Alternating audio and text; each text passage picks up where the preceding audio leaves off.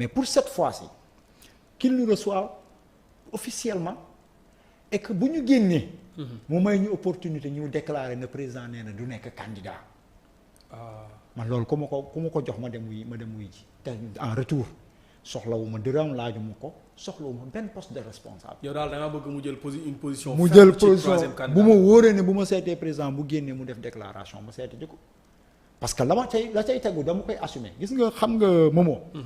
man dama gëm ne dañu war a dem révolution en 2024 nous on nous a forcé effectivement le magistère de Senghor par les tubaab. c'était la continuation de la colonisation.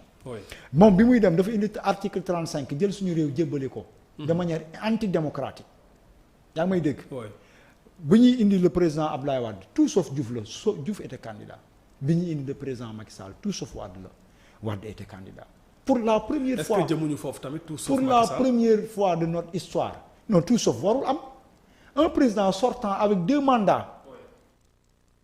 de manière démocratique des élections libres et transparentes pour permettre effectivement d'enrichir cette vitrine démocratique qu'est le Sénégal en nous permettant en tout cas en facilitant aux Sénégalais de choisir le profil qui leur sied kañ jàpp ne te ñuy yëkkati seen loxo yëpp ku mu mënti doon ci réew mi que sa projet doy na leen sa jëmm doy na leen sa parcours doy na leen sa profil doy na leen ñu votel ko librement kooku yor réew mi ñu accompagner ko par des positions sentinelles pour ñenn ñi par des positions de gouvernance pour ña sa des par des positions de société civile ak par des positions d'opposition. d'accord dafa am benn question bu ma am ku ma envoyé ku ñuy seetaan bu baax a baax El Hadji Falilou nee na veuillez demander à Abdourahmane Sow quel est le rôle du Conseil constitutionnel depuis quand la candidature d'un citoyen est acceptée ou rejetée par des opposants ou des membres de la société civile.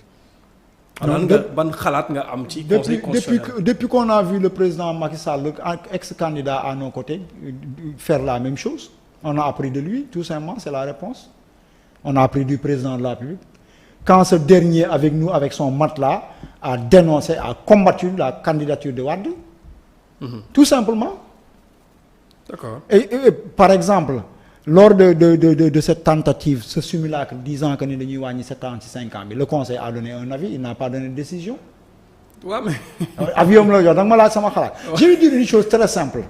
Falilou il faut lui dire que même constitution yi conseil constitutionnel tey jii.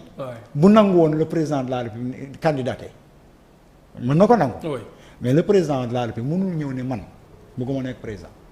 parce que dañ ko wax loolu mënut ne man le président Macky Sall maa ne woon du ma nekk candidat même si le conseil constitutionnel me le permet je ne suis plus candidat jeex na loolu dafay wulli conseil constitutionnel daf koy wax par force da ngay nekk candidat. non mais c'est une volonté si cette volonté est réelle mais da ngay ñëw taxaw ne du ma nekk candidat boobaa coow conseil la fi ne même bu dee doo fa sax soxla yóbbu candidature parce que pare nga.